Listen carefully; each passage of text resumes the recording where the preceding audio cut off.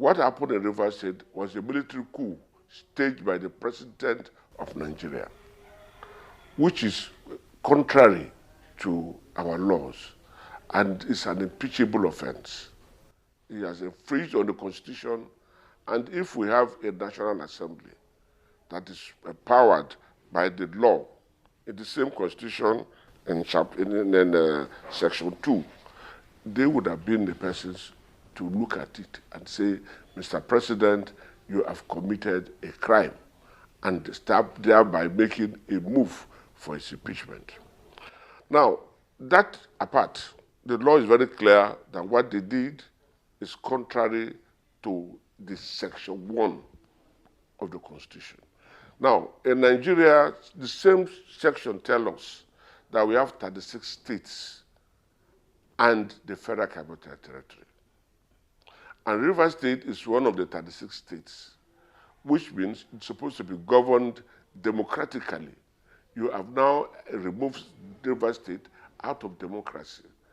Are you saying Rivers State is no longer part of Nigeria? Are you removing us from Nigeria so that we can fight for our independence? These are things Mr. President should let us know, because what he has done is not acceptable. And I believe that the International Criminal Court of Justice, the ICC, in Hague is watching. I believe ECOWAS is also watching.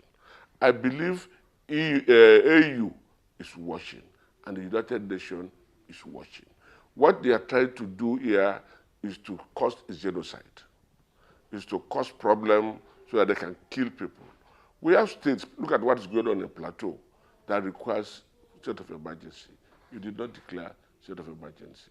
What is going on in Borno requires state of emergency. You did not declare state of emergency. What is going on in part of the West requires state of emergency. You are not doing it. Even they do the killings, you do not declare state of emergency. Here that is peaceful, for the past 1 month, you cannot say there is any fight, there is any threat, that is nothing. But I will come back to Section 305, whether Mr. President comply with Section 305. Let's go to Section 305 and see what the law says.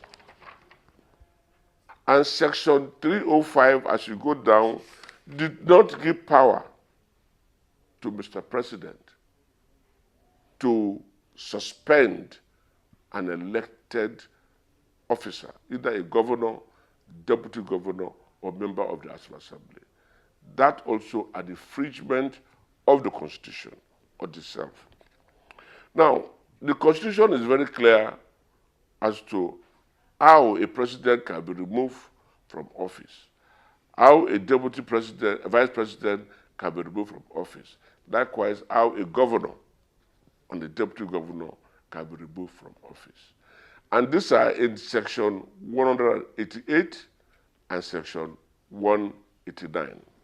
Section 188 empowers the House of Assembly to investigate and ask the Chief Justice to set up a committee to see if he's guilty, and where he's not guilty, if the committee says he's not guilty, that ends the matter for the period of that period.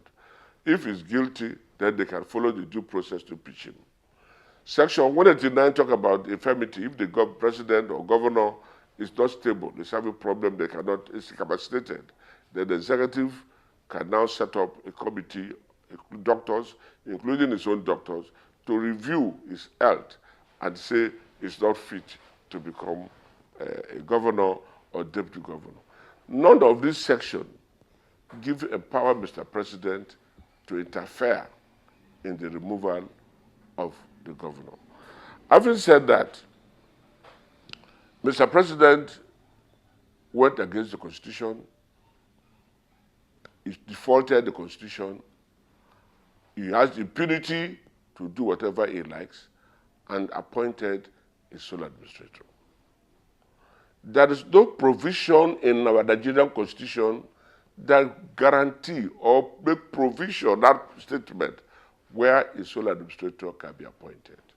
So the sole administrator in Nigerian Constitution does not exist.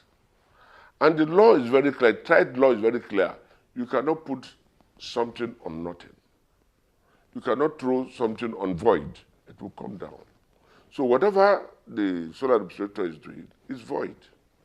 Now, sole administrator, they said 6 months.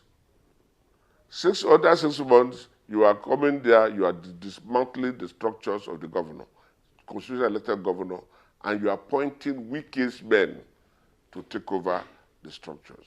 What are you coming to do? You want to oppress the man? It is very obvious and clear that they have spiritually bound the governor, make him not to be able to speak, make him to be docile, so he cannot do anything, and they can now do whatever they like. But this is a country and it's a state. You cannot use voodoo to do that to the entire state. The state have a law, the country have a law, and this speaks for itself. So we are looking at judiciary. The judiciary is supposed to be the third arm of government that's supposed to interpret the law as it is. But these days, the judiciary has compromised to an extent that they no longer look at the law. They look at technicalities. The law is not followed, and so anybody can commit any crime and use technicalities, and the person is free. What are we trying to do in the society? We are trying to tell the society that there is no law to obey. We are trying to tell the society, if government does not obey the law, how can the society, the public, the citizen, obey the law? Don't forget, under democracy, government is owned by the people. Democracy is a government of the people, by the people, and for the people. The people owns the democracy. And if we are not obeying the law, which makes you president, is the same constitution that provides that there shall be a president and the procedure how a president should emerge. The same constitution provides a condition how a governor shall emerge. The same constitution provides how a minister can be emerged, how an attorney general can be emerged. That same constitution, which is the fulcrum of all the laws, you disregarded it as Mr. President. And you will not expect the Nigerian population to obey the law. It is not done. What the Mr. President is looking for is anarchy. He's calling for civil disobedience, that there is no law to obey. And if they do that, and Rivers people fall into their trap, they will now commit genocide. Why are they interested in Rivers State? Rivers State is one of the most populated states in the Federation. It is the economic nerves of the country, and so if they destabilize Rivers State and anything happens, it will favor them in a way. But anybody who destroy your home for benefit of whatever you get, you must come back home.